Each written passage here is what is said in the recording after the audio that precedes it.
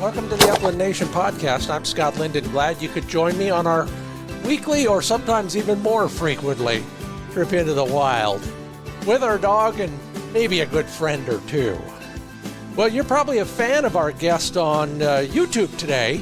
Eric Forrester joins me. You know him from his great, I guess I'll call him solo filming ventures, primarily chukar hunting on public land. We'll get some great tips from him, as well as some insights into why and how he does that sort of thing. That guy is also a dog trainer, so we'll get some advice on that, especially dogs that are going up into those steep, rocky hills. But of use to everybody, you can bet on that. In our Fix It segment, we'll talk a little bit about a tool that I have just not discovered. I've been using for decades that might help your dog toward his steadiness goals.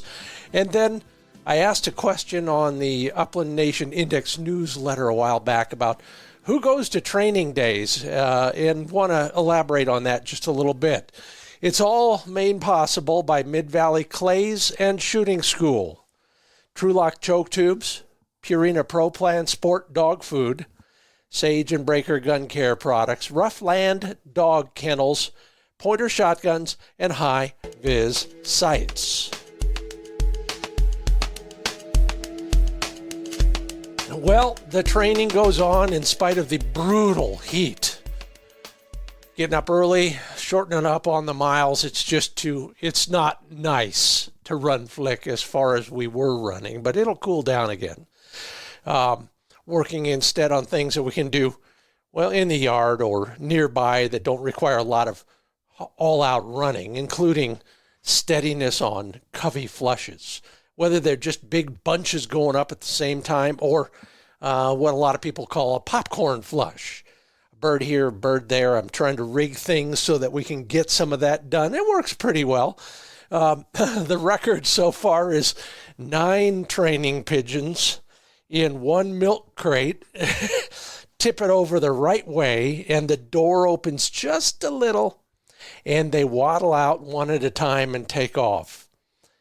You know, not bad for a hand-me-down milk crate and a piece of plywood. It's working, and Flick is remarkably steady. I'll keep you posted on that one.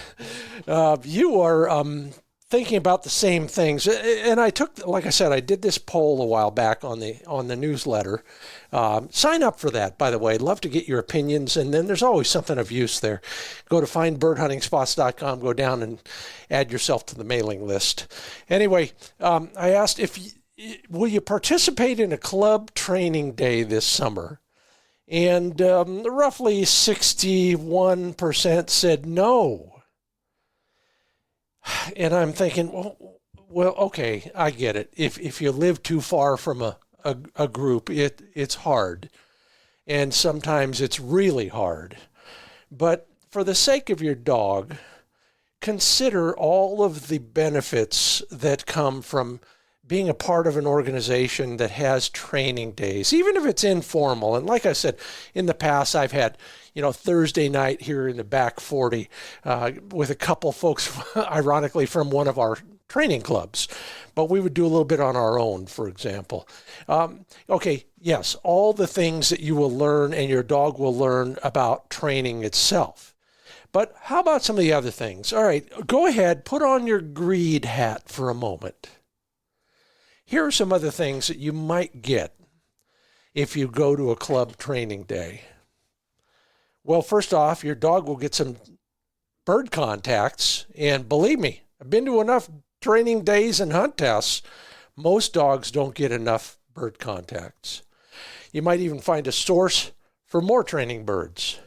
You'll clearly have sometimes too much advice. Put any 2 dog trainers in a room and you'll have 3 opinions about dog training.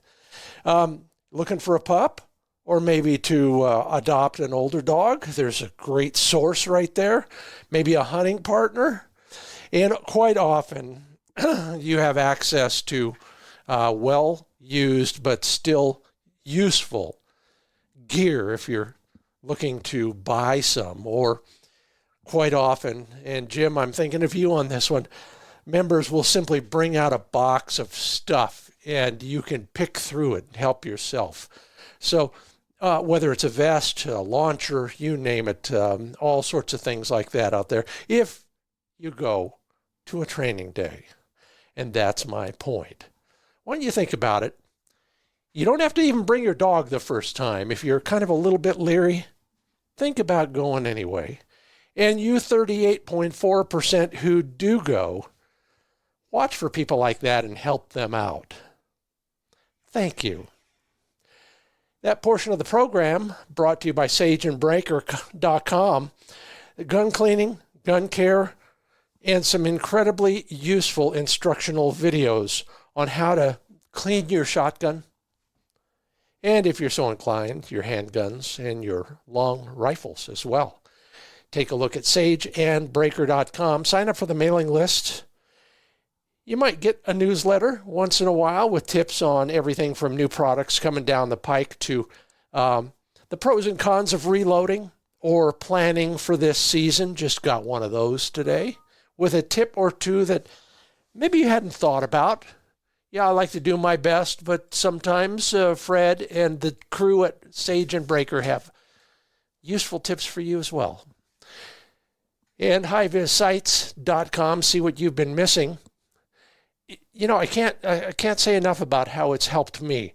I've got enough problems. Colorblind, curved spine, cross dominant. Yeah, I need all the help I can get when it comes to shooting. And these interlocking light pipe systems allow me to quickly and easily acquire both the flying target while my mind is still acquiring the muzzle of the shotgun. Match them up, pull the trigger. The next thing you're going to say is, fetch. Watch the video, learn more at HiVizSites.com.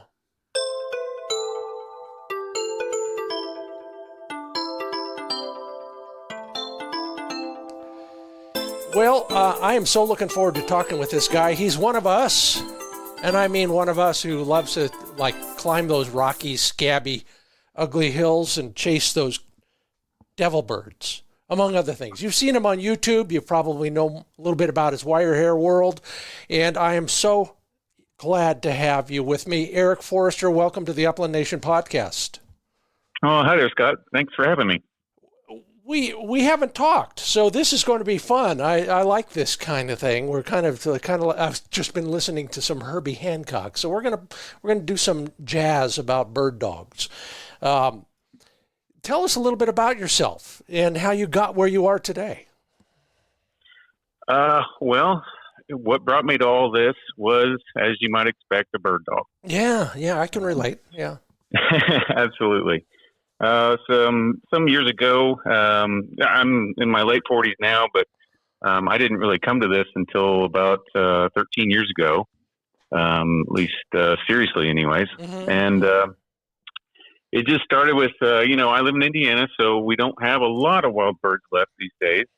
But every now and then we'd go to a put and take hunt and stuff with my brother, and we do that sort of thing. And we both had labs, and we kind of dabbled in it a little bit, but then one day, he was like, you know what? We should get some pointers. We should get some wire hairs. And basically, the rest is history. We got our first wire hair pups, and it all just snowballed from there. And then now I find myself talking to you. Yeah, we are brothers from another mother. I mean, I started late in life. She, my better half, urged us to get a dog. And it just happened to be a wire hair, and that was the rest is history. But you know that, mm-hmm. So that's incredible. So you get a wire hair, and all of a sudden you're looking at it just like you would your new bike at age 12, and you're saying, "I got to go use this thing." Oh, absolutely. So what? That's the nexus right there. Is what did you do after you had a bird dog, and you lived in Indiana? Yeah, so the first thing you do, which is what a lot of us do, is we, look for others that are doing the same thing. Mm-hmm. And I found NAVDA. Yeah. Okay. Obviously you're familiar with NAVDA. It's a great organization, and that's how we kind of got started, learning about training and learning how to work our dogs and meeting people that are in the bird dog space. And so then, we did an NA test or two and things like that, and got going there. And then we're like, well, we've done this little bit of this training stuff. Now we need to start hunting with these dogs. And so, like I said, not a ton of birds around here, so we usually have to travel. And we took a trip up to Michigan to hunt some grouse and woodcock, and then the next thing you know, we're going to Kansas or South Dakota, pheasants and quail and stuff like that. And then I just quickly realized that, these awesome bird dogs that we have can take us to some really cool places. And I instantly fell in love with the travel and watching these dogs do their thing in all these different places on these different birds. So it was, like I said, it pretty quickly snowballed on me. Yeah, it's too bad we can't get frequent flyer miles when we're working with our dogs, because we could go all sorts of other great places too. It's just so funny to hear somebody else tell a story I've only heard from one other guy, me. But it seems to have worked, and you seem to be enjoying the heck out of it. We'll get back to that, but while it's fresh on my mind, I just got to ask you and I was just down in my favorite chukker spot over the weekend. Not for chukkers. It's that wrong time of year for that, but it's rodeo season, everybody. How was your bird season? Oh, it was fantastic. Like a lot of people, especially in chukker country, they had a great season, and so did I. It was one for the ages. I haven't been chukker hunting that long, but that had to be just, about as good as it gets. Just saw birds everywhere. It was one of those years where you could go exploring and try new places, and you were probably still going to be successful most of the time. So had a lot of fun, really moved around a lot, and got to see some new country, which is always very high on my list to move around and explore. That's part of the fun of chukker hunting, of course. I had some great quail hunts this year, bobwhite quail hunts also. So all in all, it was a fantastic year. I had a lot of fun, a lot of neat places, hunting with some cool people, and it was great. It was a great time. All of a sudden, I'm thinking, yeah. What? Bobwhites? Okay. Talk to me. Tell me more about that aspect of your highlight reel. Yeah, well, before I found chukker hunting, I probably would have told you bobwhite quail was my favorite. We just love those covey birds. So I've been going to Kansas for years and other states in the Midwest to chase bobwhites. We do have a precious few coveys here in Indiana still left. It's not something I like to talk about, but yeah, bobwhites are very high on my favorites list. I mean, that covey rise, it's just nothing quite like it. The way they hold for pointing dogs, of course, just a lot of fun chasing those. And that's something that my brother and I have done a lot together. So I really enjoy that time that we get to share in the field together, and run our dogs together and that sort of thing. So absolutely. There's almost always going to be a very prominent quail hunt, around November, December time frame in my season, if I can help it. Nice. And the brother aspect of it, it's not the icing, it's the cake, isn't it? Absolutely. Those times are precious, and there's just nothing quite like getting to spend that time with family and friends, and those moments that we get to share over a great experience in the field with our dogs are just that's it. That's priceless. That's what we're out there for. Okay, don't give me the GPS coordinates, but tell me, you said you went to some new places. I mean, can you describe them? Tell us why you went.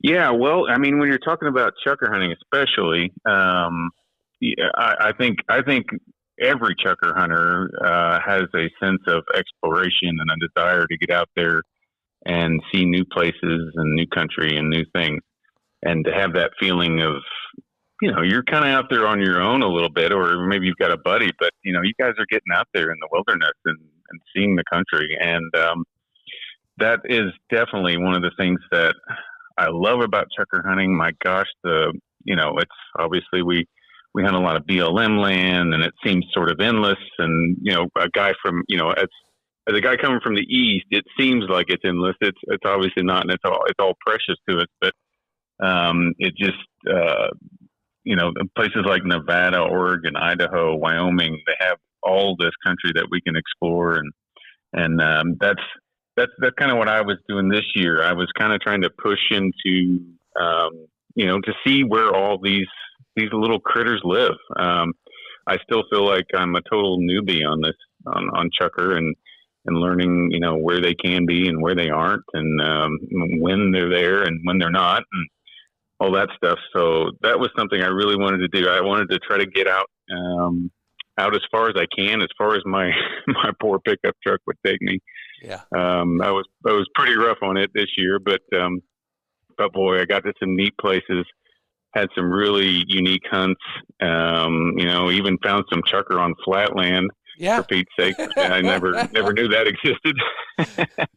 Yeah. So I'm going there on the second week of the season. There you go. See, you guys that have been doing this a while, you already knew about that stuff, but I'm just now learning that. That was pretty cool. Well, very interesting for sure. The flat ground's always a gift, and you never take it for granted. That's for sure. But you said something that really I got cornered in a little country store on Sunday.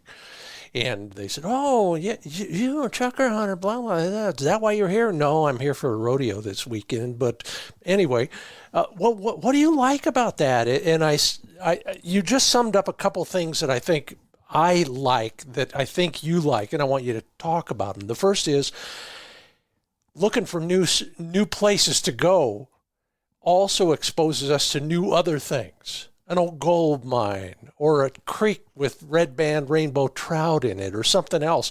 And then versus all those other kinds of hunting, it's the wide openness of these places. Mm-hmm. You've been there. You've been to the top of one of those hills, and where I go, I can sit on one hill and see 3 states. Absolutely. Yeah. I mean, chukar hunters are nothing if they're not the type of people that want to see what's over that next ridge. We just can't stand it. We just got to go there. Even if we don't think the prospects are that high, we just got to see what's over there. And that's the spirit that I love about that style of hunting. And it doesn't get any better than that for me. Whether you're successful or not, the being there is important, and getting out there, and gosh, it just makes me feel good, exhilarated to be out in places like that. And I always come home with a big old smile. So whether I get a limit of birds or not, I'm coming home with a smile.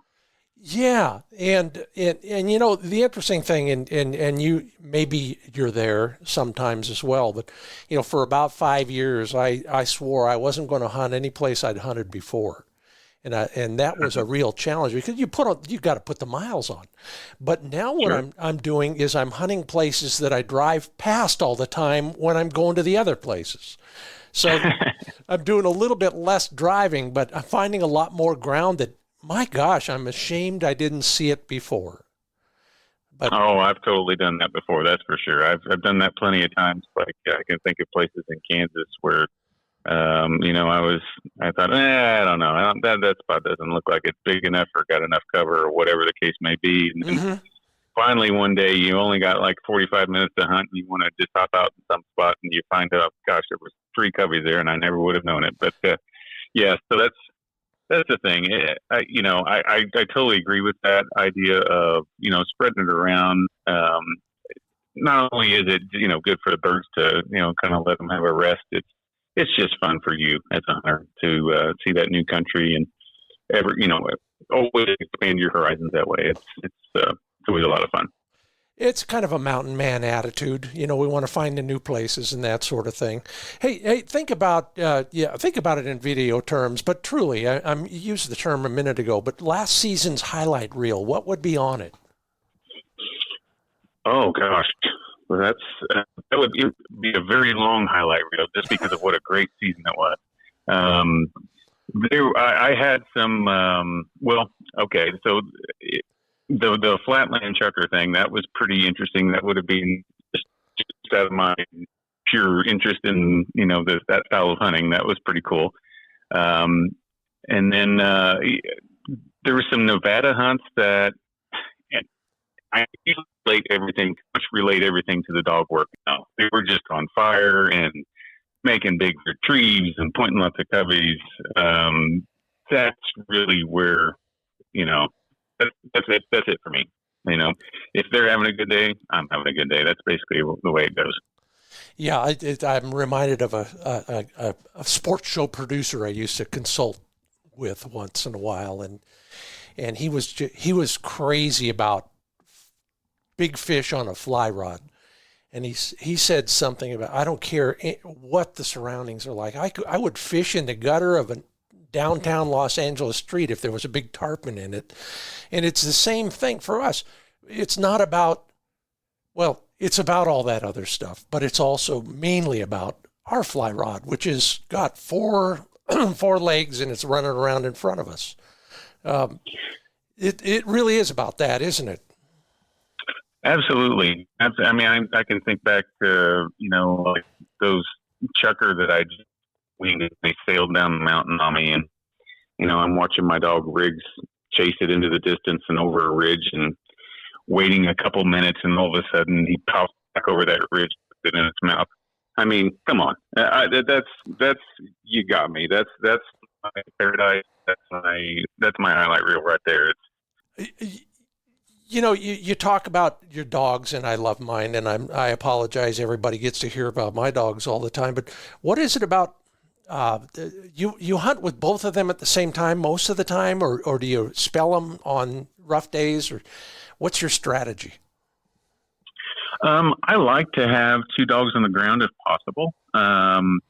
Sometimes if I'm on, like an extended chucker hunt, for several days, I may just hunt one dog at a time to help preserve them a little bit, since that country's so rough on dogs. But I certainly enjoy the interplay of two dogs, and having those opportunities for honors and watching them work coveys together, watching them work some running birds together. That's, when two dogs, can work together and trust each other and honor each other, and work coveys and do all those things that amaze us. To me, that is just poetry in motion. It's the absolute pinnacle of what we do. Is those dogs doing that in such a beautiful fashion and with such respect for each other. That's one of the things I just love to see. So if I can, I want to have at least a couple dogs out there so we can get to watch that, and or maybe I've got an experienced dog and a younger dog out there that I want them to learn a little bit. So whenever I can, I will have that second dog out there for sure, because that's a very important part of it to me is their work with each other. Yeah, there's nothing like it. And, some people would say, yeah, so if that's good, maybe 3 or 4 dogs is even better. But at some point, you got to draw the line, because then you're watching dogs instead of all the other stuff, too. But do you train for that? Do you run your dogs in pairs during training season? And do you work on honoring, for example? How do you make your dogs working as a brace the best they can be? Well, I also run field trials in NASTRA. So, so for that, we run in braces. Mm-hmm. That's very typical. And in our training situation, we definitely work towards that. And, having our dogs honor well. That's a big part of NASTRA is that braced, mentality. So absolutely, we practice it quite a bit. But there's no substitute exactly for wild bird situations. So, sometimes at some point you've got to, you do your training, but then you've got to go just you got to go put them out there and see what they do. And then maybe every now and then you got to make a correction. But yeah, we definitely lay down that foundation in training. And like I said, that's well, the Nastra really helps give me those goals too. That's another thing I like about having some game you play out of season. Is it gives you those goals in training, and it helps you keep things sharp. And maybe you might let go otherwise. You might let get a little bit more sloppy if you didn't have that goal in mind. And that because we want them in field trials, we need them to do it pretty perfect, and so that helps me keep them sharp and give them good goals to have for even when we're on wild and to reinforce it. Switch gears. Back when I started in television, there were no GoPros. We had all sorts of spy cameras that we would use for various things, including putting them on a bird once in a while. But this whole GoPro thing has turned everybody into a TV producer or a video producer, at least. What prompted you to decide that was a great way to express your joy for this world we live in? Yeah, well, that started very humbly. It was just I wanted to film our training sessions. I was training with my brother and my cousin, and I wanted to be able to share that with them. And that's where the YouTube thing came in. It was just an easy way to share a video.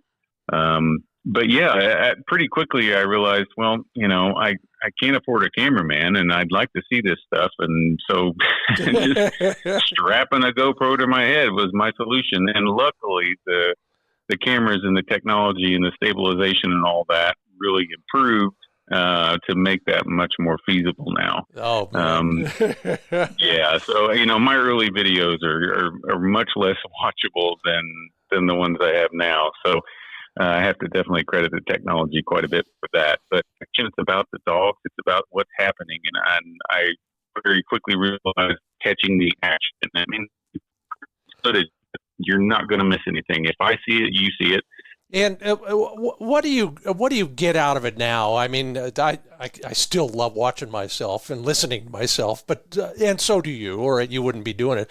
But what else comes out of all of that in the way of whether it's helping somebody else through a challenging part in their career or anything else? What do you get out of being a video producer?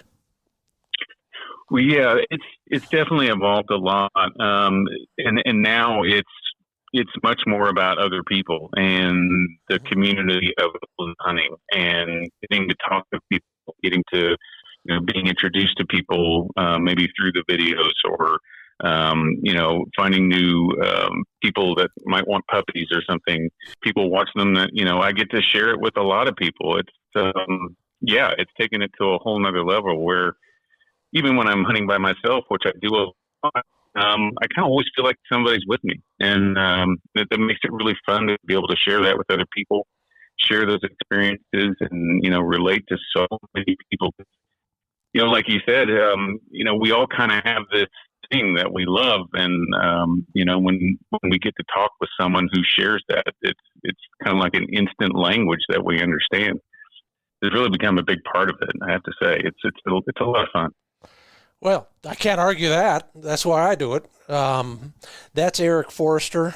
If you want to learn more about him, the best place to go is to his YouTube channel by that name. Watch some of those. I think I've been to a couple of those spots.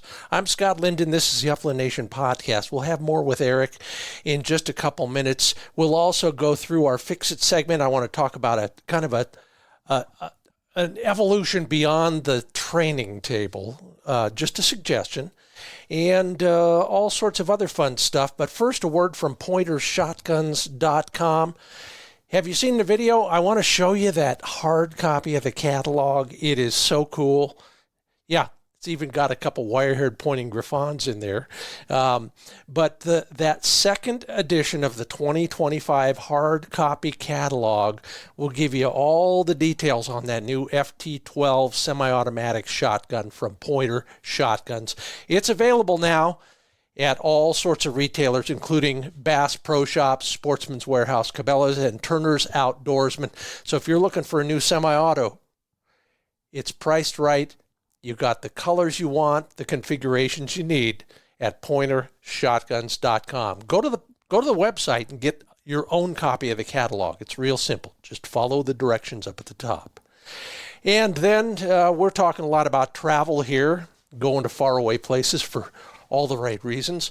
Well, when Flick is traveling with me, he's riding in the ultimate travel system that's a RuffLand Kennel. And what I love about what these guys are doing, number one, they're the innovators. All the stuff other people imitate started with RuffLand back in the day. Everything from doors that don't rattle, chew-resistant doors, doors on the side if you need it, easy cleaning capabilities, and all those new colors. You name it, they got it. Express yourself. Go to RuffLandKennels.com and learn all of your choices when it comes to your own dog's ultimate travel system.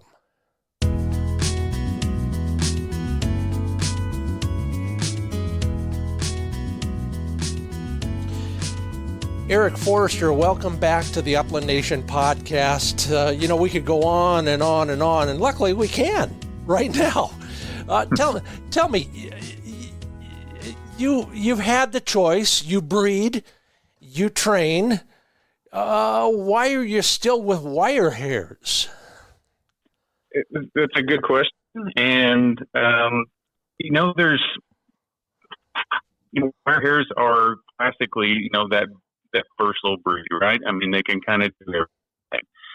If you're into it, you can train them to do it. I've taken that.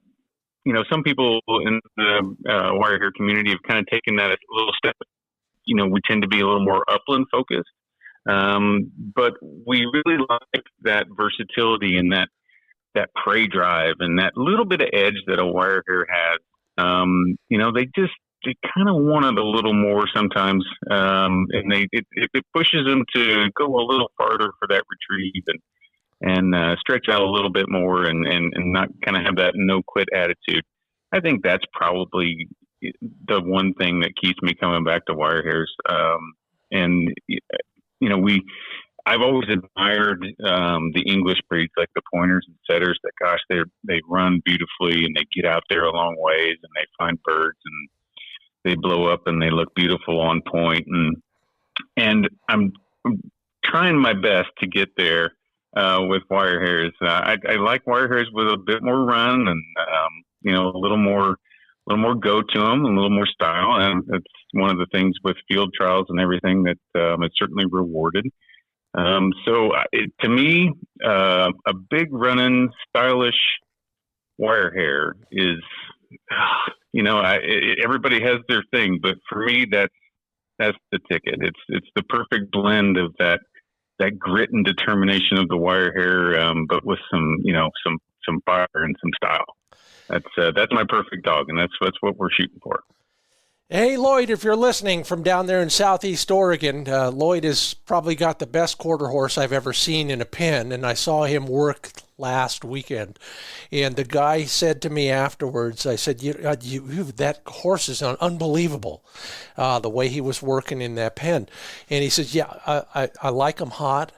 I like him with about 2 hooves off the rails.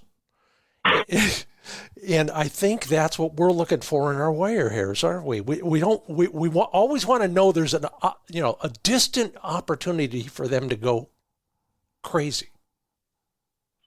Oh yeah, I mean it's always that knife's edge that we're all dancing on. I mean we want them to have go, but be biddable and be controlled and smart, and we want them to go find birds, but we don't want them to push them too hard, but we want them to point them from a long ways away and stay with the running coveys. It's always a balance. Everybody's got, where they land.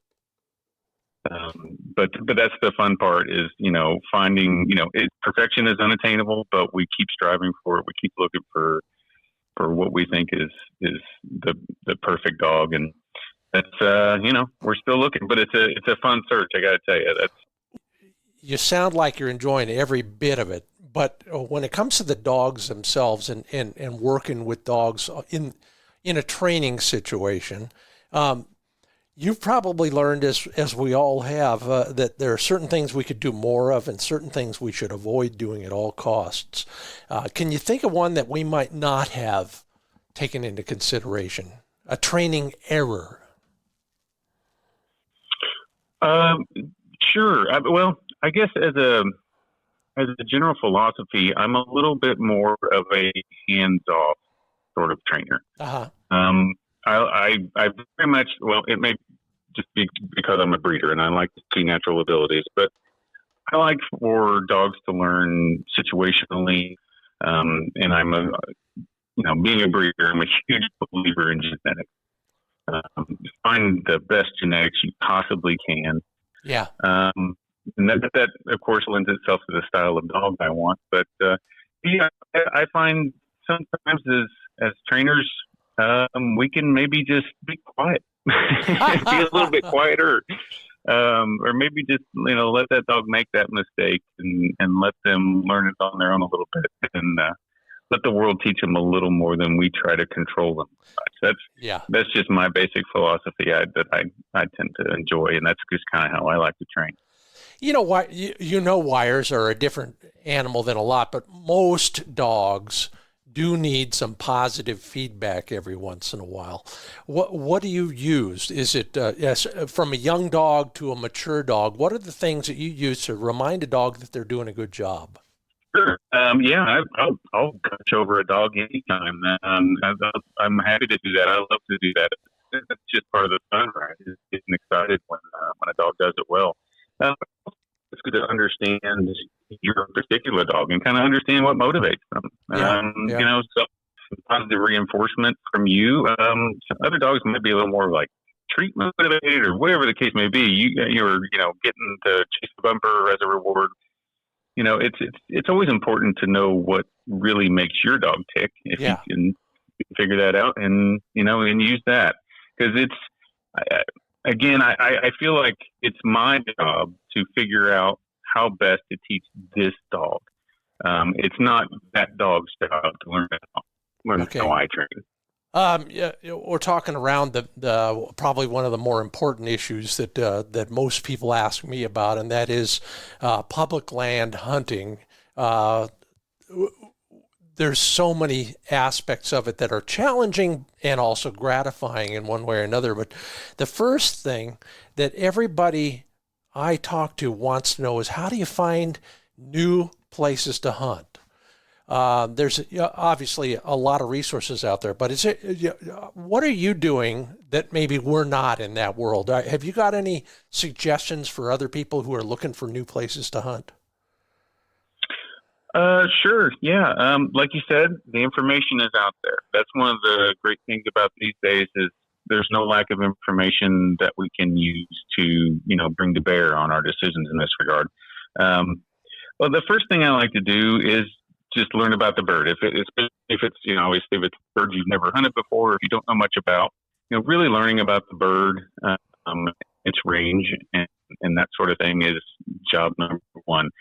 After that, I go find what resources there are. There's good state agencies and websites that have lots of information on them, but there's also like a bird watcher's website or good places to figure out where, the bird's range is. And that's my number one thing. I want to know where all these birds exist. And then I start to dig down into, I get my Onyx out and I start figuring out where I can hunt.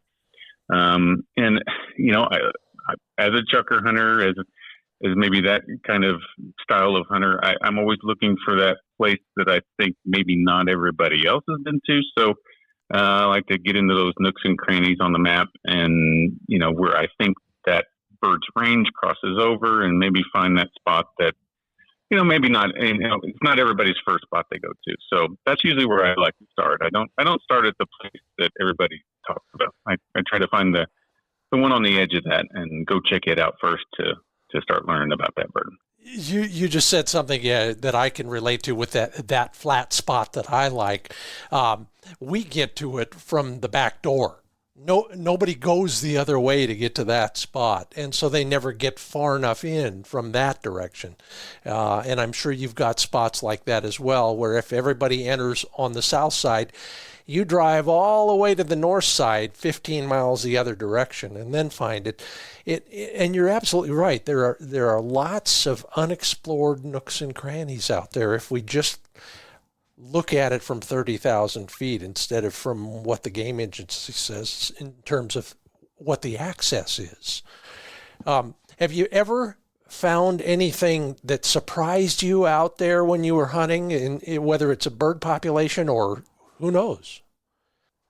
Absolutely. I can think of some hunts I had in Nevada this year where, you stumble onto old silver mines. Mining is such a big thing across Nevada and has been historically. And I mean, it's just so neat to run into that kind of thing. Or, a lot of time, I can think of a couple times this year when, I went out for a valley quail hunt, and it very quickly turned into a Hungarian partridge hunt. And I did not think it was going to happen. It was a complete surprise, but it was a fantastic day. I came back with a limit of hunts, and I was as happy as could be. So that's another thing is, be open to what might happen. I mean, you go to these places, especially if you haven't been there, just be open to whatever might come your way or what you might discover. So I don't usually get too married to my own plans and my own preconceived ideas, and I try to go with the flow and just see where the dogs take me, and you never know what you might find. Absolutely true. I can't agree more, and especially when it comes to Hungarian partridge. What a pleasant surprise the last few years.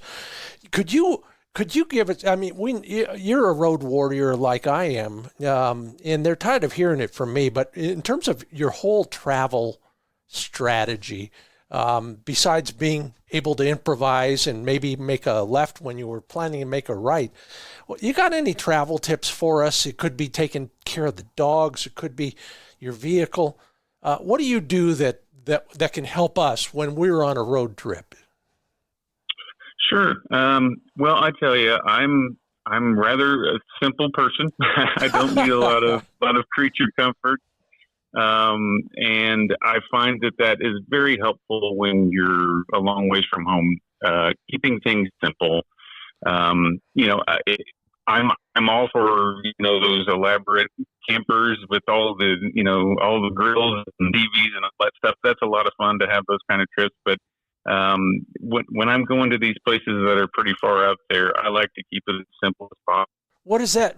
Simple to you is maybe different than simple to me. I took my little trailer on the last trip instead of the big trailer. For you, what is simple? Well, I've really pared my rig down to just my pickup truck. I basically I took out the seats in my truck and I made it into a little mini camper in the cab for me, and then the dogs fit the whole back end of the truck with a camper shell. So that's kind of my camping setup, which obviously keeps me very, very nimble and very flexible. I just a long time ago I decided that I would rather not have to deal with trailers and things like that. I guess that's one of the things I could suggest. At least it works for me. If I can get away with not having that thing, I leave it at home. Anything I can do to streamline my rig is big for me. Trailers and things like that, I think flat tires and all those kinds of things. If I can take a few of those things off my worry list, it's really helpful. I was out at a place over the weekend, and the Porsche Mo who walked in after me had 3 flat tires. And I thought that might be a record. I've got 2 spares, but if I had 1 flat tire, I'd get out of that country before I had to use a second spare tire. He clearly didn't learn that lesson. What are other things like that? Gear that you take when you're going deep into the country like that we should carry with us? Mm-hmm. Well, for me specifically, like I mentioned, I do hunt alone a lot. Yeah. So I got to have ways to communicate with someone even when I'm out of spell range. So, my Garmin has an inReach on it. That's satellite communicator. That's certainly important. Since especially with chucker hunting, it is a rather adventurous hunt, and it can take you to some, rather dangerous places. So I'm not very good at it, but I try to plan ahead, and I try to have those things, first aid, like I said, the satellite communicator. I try to have plans for if things go wrong. Yeah. Obviously, we don't want to dwell on that kind of stuff, but we do need to be prepared. Things for the dogs. If the dogs have those, accidents that happen, injuries and whatnot. Some food rations, some plenty of water. Because every now and then we're going to be stuck out there somewhere, and we just wanted to have those preparations so that a minor inconvenience doesn't turn into a big deal.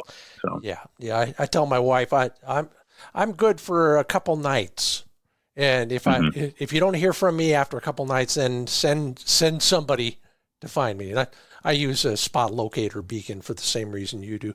And here's something I learned. I learned this from these days they call them dual sport motorcycle riders, but I've been not literally running into a lot of those guys in the last few weeks out there. Their inReach, if it's a separate freestanding unit as opposed to the one in our dog system, is literally attached to their body. And the reason is if you go over the cliff, everything else is like a big garage sale spread out all over the country. Your inReach is right there where you can touch it again. So, So think about Makes that. sense. Yeah, everybody, put it in the right place, especially if it's, or at least keep it attached to you. I'm a big believer in lanyards and that sort of thing. Absolutely, I do the same.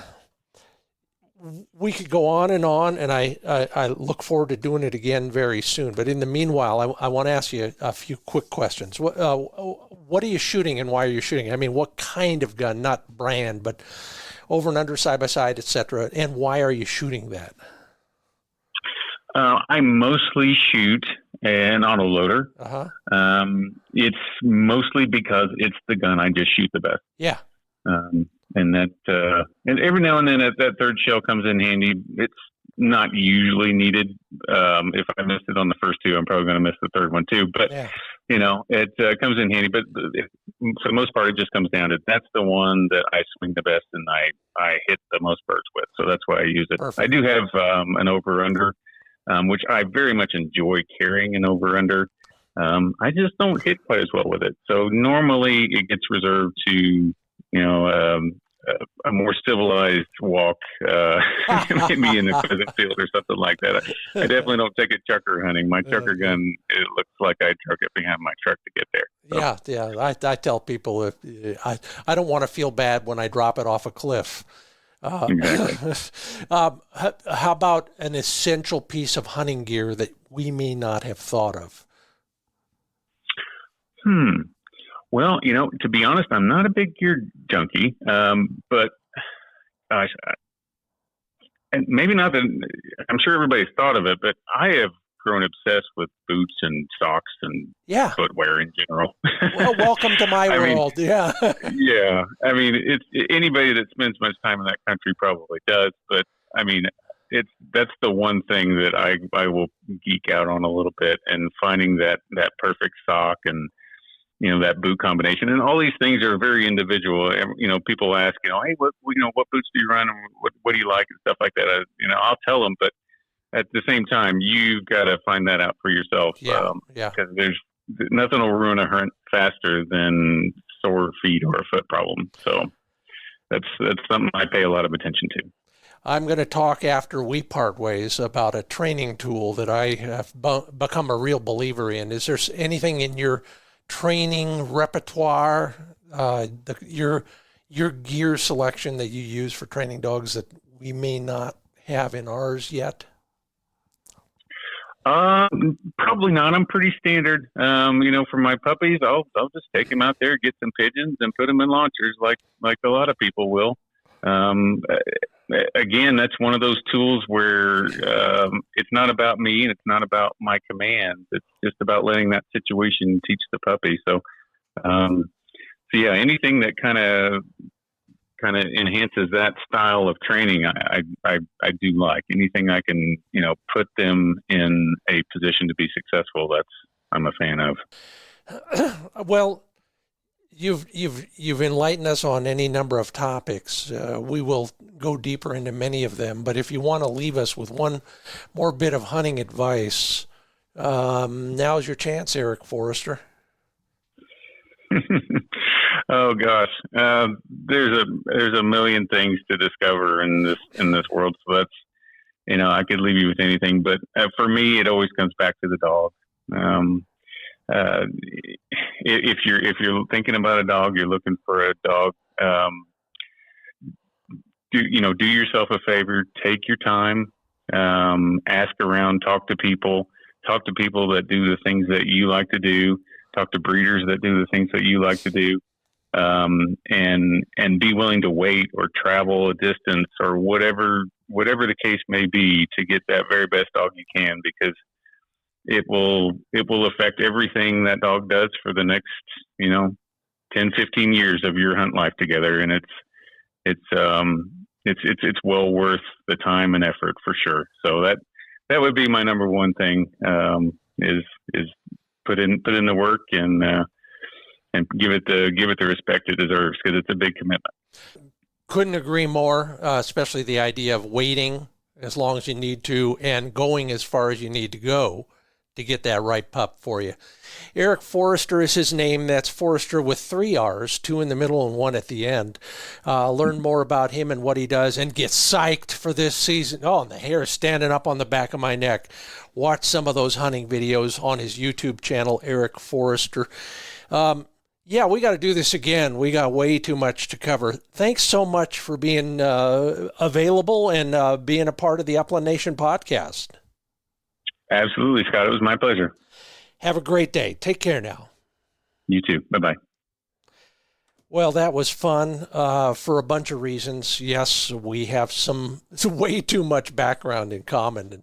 And sorry if we geeked out on that a little bit. I will make it up to you in our Fix It segment, where we're going to get off the table or the barrel. I'll tell you why in just a moment. After this word from Mid-Valley Clays and Shooting School. Now, it's really important when you start shopping for a gun, and that's one of the things we're all thinking about this time of year. You get the brand you like, and you get the gun you like. At MidvalleyClays.com, you can shop their entire selection. They're building an incredible selection of field guns right now for hunting and for sporting clays, and that's how I use both. I use them for that's my dual sport right there. They have so many models to choose from, and a serious concentration on Browning shotguns. Whether it's a sub-gauge, a certain configuration, Browning is well represented in the MidvalleyClays.com Pro Shop and in their gun room. So you make sure and shop both of those when you're shopping at MidvalleyClays.com. And you know how I feel about fueling my dog. Pro Plan Sport from Purina is our dog food of choice for so many reasons, and it's backed by the science. For example, the reason that they use a high protein formula with real meat as the first ingredient is the amino acids in the meat will build muscle, especially after exercise. So they're recovering faster for the next day. Also, that same concentration on high protein will optimize oxygen metabolism. Yeah, if you follow sports, you know what VO2 max is. Well, dogs need it too, especially during a long hunt. Learn more about the science, the nutrition, and the varieties at ProPlanSport.com.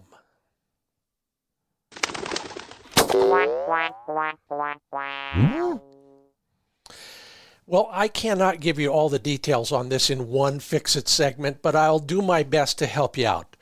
At some point in time when you're training a dog to be steady on birds, you got to take them off the woe table or off the barrel or off the place board or whatever you're using. But you still need a certain element of, I guess I'll call it, control. In the Delmar Smith method, now brought to the next level by Rick and Ronnie and Susanna, there's another step or two that might help you. Look into their use of what they call the half hitch. Simply put, check cord on the dog's collar comes back over the dog's back and wraps around their waist once, and then, depending on how you're using it, between their legs or over their back. Either way, what that does is it gives you another place to give a silent command that is not on the collar, that clues them into holding still. Now, there's a lot more to it than that, but investigate the half hitch and all the variations. I can get you started at findbirdhuntingspots.com. I got a couple pieces there, including a version that is a little bit more portable. So you could probably start with any of the Smith's websites and watch some of their videos. Learn the half hitch. You and your dog will be grateful you did. And Fix It is brought to you by TrulockChokes.com.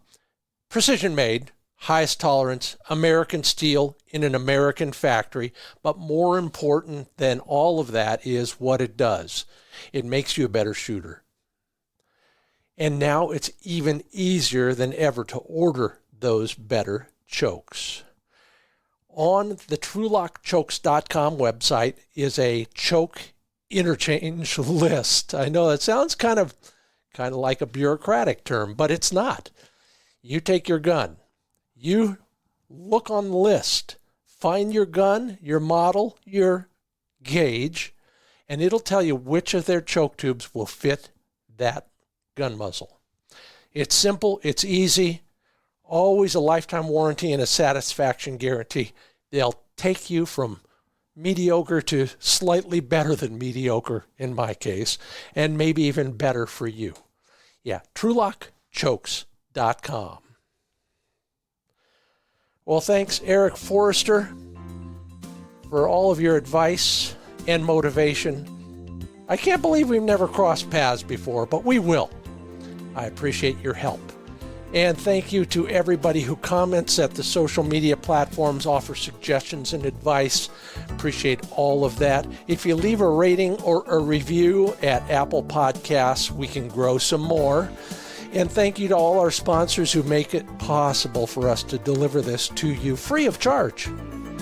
Everybody from RuffLand Dog Kennels to Purina Pro Plan Sport Dog Food, MidvalleyClays.com, TrulockChokes.com, PointerShotguns.com, SageAndBreaker.com, Gun Care Products, and HiViz Shooting Systems. Yeah, you know what else is growing? Our e-newsletter. Sign up for the free e-newsletter at findbirdhuntingspots.com. I'm Scott Linden. Thanks for listening to the Upland Nation Podcast.